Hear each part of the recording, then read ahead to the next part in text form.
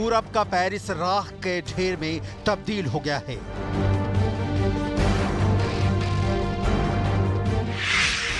ऐतिहासिक शहर बेरूत अब एक शरणार्थी शिविर में बदल चुका है।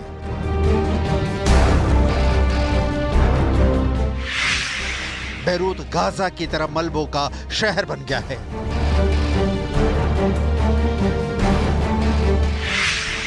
इजराइल के ताजा हमले में 22 लोगों की मौत हुई है।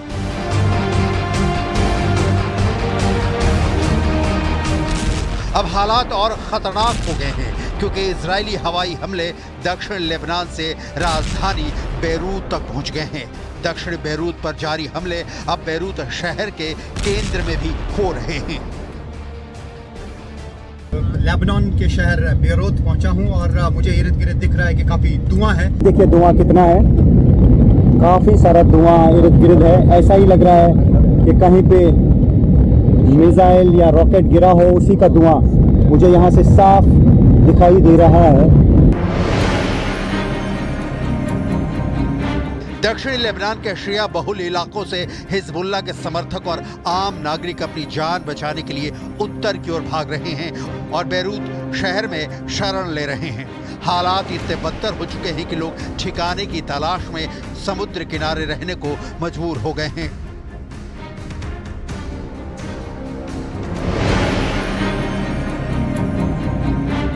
इजराइल ने हिजबुल्लाह के जिन कमांडो को ढेर किया है उनका नाम अहमद मुस्तफा और मोहम्मद अली हमदान बताया जा रहा है। हमदान हिजबुल्लाह के एंटी टैंक का कमांडर था। इजराइल ने लेबनान में मिसाइल हमलों से बेरूत के दहीह में हिजबुल्लाह के कई हथियार डिपो भी तबाह कर दिए हैं। 6 अक्टूबर 2024 की रात में लेबनान के अंदर इजराइल की तीसरी डिवीजन भी घुस चुकी है। 2 डिवीजन पहले ही घुस चुके थे और इस वक्त लेबनान में हजारों इस्राएली सैनिक मौजूद हैं। इस्राएल की 36वीं और 28वीं डिवीजन भी लेबनान में इस वक्त ऑपरेशंस अंजाम दे रही है। गैलीली रीजनल डिवीजन ही लेबनान सीमा की सुरक्षा करती आई है। इस बीच इजरायली मिलिट्री ने और सैनिकों को लेबनान के अंदर ग्राउंड ऑपरेशन के लिए उतारा है। इजरायली हमलों में बचौरा के पड़ोस में 2 घनी आबादी वाले नवीरी और बास्ता को निशाना बनाया गया। हमले से पहले इजरायली सेना ने कोई चेतावनी नहीं जारी की थी, न ही इजरायली सेना ने हमले पर अब तक कोई प्रतिक्रिया दी है। ये तीसरी बार है जब इजराइल ने दक्षिणी उपनगर दाहिया के बाहर हवाई हमला किया है।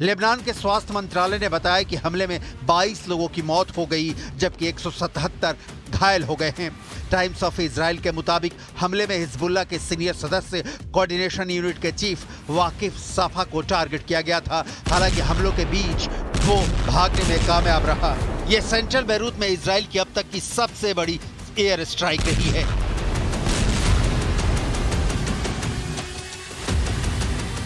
इस हमले से कुछ घंटे पहले दक्षिणी लेबनान में इजरायली टैंकों ने यूएन की एक इमारत पर अटैक किया। इस हमले में यूएन पीस कीपिंग फोर्स यानी यूनिफिल के 2 सदस्य घायल हो गए। ये दोनों इंडोनेशिया के नागरिक हैं। यूनिफिल शांति रक्षक मिशन 1978 में बना था। ये इस इलाके में पड़ोसी देशों के बीच दुश्मनी रोकने और दक्षिणी लेबनान के लोगों को मानवीय सहायता पहुंचाने के लिए गठित किया गया था। लेबनान में इस वक्त यूनिफिल के 10,000 शांति रक्षक सैनिक हैं। इनमें 50 देशों का योगदान है। इसके अलावा इसके 800 सिविलियन स्टाफ हैं। यूनिफिल दक्षिण लेबनान में 2 कथित ब्लू लाइन के बीच काम कर रही है। यूएन पीस मिशन की टीम पर हमले के बाद इटली, फ्रांस और इंडोनेशिया जैसे कई देशों ने इजराइल से जवाब मांगा है। हिजबुल्लाह ने कहा कि उसने नकोरा में भी जमीन पर मौजूद इजरायली सैनिकों पर रॉकेट दागे और इस इलाके में आ रहे एक टैंक को गाइडेड मिसाइल से नष्ट कर दिया। इससे पहले लेबनान के स्वास्थ्य मंत्रालय ने कहा था कि पूर्वी लेबनान के करके गांव पर इजरायली हमले में 4 लोग मारे गए और 17 लोग घायल हो गए। इजराइल के प्रधानमंत्री नेतन्याहू एकदम क्लियर हैं कि हिजबुल्लाह के अंतिम आतंकी के खात्मे तक ये लड़ाई जारी रहेगी। इस बीच इजराइल ने अपनी सुरक्षा को और चौकस किया है। हालांकि लेबनान की तरफ से हिजबुल्लाह सीमा पर इजरायली गांवों में लगातार रॉकेट दाग रहा है, लेकिन इससे अब तक किसी भी इजरायली नागरिक के मारे जाने की कोई खबर नहीं है। इजराइल के अंधाधुंध हमलों के बीच हिजबुल्लाह ने इजराइल के हाइफा की खाड़ी को निशाना बनाया है। ताबड़तोड़ करीब 100 रॉकेट दागे हैं। कुछ को इजराइल के एयर डिफेंस सिस्टम ने रोक लिया, लेकिन कुछ गिरे जिससे 2 लोगों की मौत हो गई जबकि 8 जख्मी हो गए। किरियत शमोना में 20 रॉकेट गिरे, मौत भी यही हुई है। ऐसा लग रहा है कि इजराइल की सबसे कमजोर नस साबित हो रहा है हाइफा का इलाका। हिजबुल्लाह, हूथी, ईरान सबके निशाने पर हाइफा ही है। यरूशलेम और तेल अवीव के बाद इजराइल का तीसरा सबसे बड़ा शहर है हाइफा। 2022 के मुताबिक यहाँ करीब 3 लाख लोग रहते हैं। यहाँ पर सबसे ज्यादा बहाई समुदाय के लोग रहते हैं। माउंट कार्मेल के पठारी ढलानों पर बसे इस शहर का इतिहास 3000 साल पुराना है। 1948 की फिलिस्तीन जंग में जब हाइफा में युद्ध हुआ तो यहाँ के अरब आबादी शहर छोड़कर भाग गई थी। इसके बाद ये शहर इजराइल का हिस्सा बन गया। हाइफा एक बंदरगाह शहर है।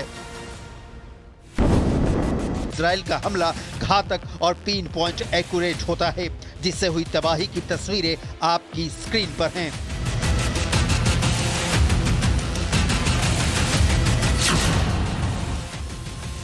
अब सवाल है कि इजरायली हमलों के बीच मध्य पूर्व में युद्ध छिड़ने का खतरा कितना बड़ा है।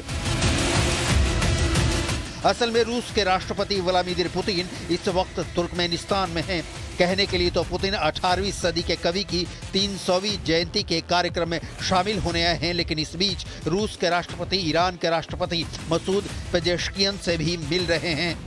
2022 में रूस के यूक्रेन पर आक्रमण के बाद उसके ईरान के साथ संबंध गहरे हुए हैं। ईरान ने यूक्रेन के खिलाफ युद्ध में लगातार रूस की मदद की है। 2022 के अंत में ईरान ने सैकड़ों ड्रोन रूस भेजे। साथ ही ड्रोन चलाने की ट्रेनिंग के लिए रूसी सेना को ट्रेनिंग भी दी, जिससे रूस की यूक्रेन के मोर्चे पर बहुत मदद हुई। लेबनान के खिलाफ इजराइल के हमलों के बीच नेतन्याहू की नजर ईरान से बदले पर है और ईरान टारगेट बनता है तो जाहिर है पलटवार करेगा और फिर तीसरे विश्व युद्ध के प्रारंभ से इनकार नहीं किया जा सकता, क्योंकि रूस, अमेरिका, चीन सबके लिए ये बदले का वक्त होगा।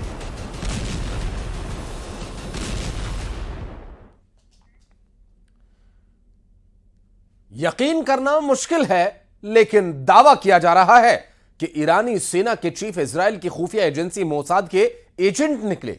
दावा यह किया जा रहा है कि ईरान की IRGC के चीफ ब्रिगेडियर जनरल इस्माइल कानी ने ही हिजबुल्लाह के चीफ हसन नसरल्लाह और हाशिम सफीउद्दीन को मरवाया।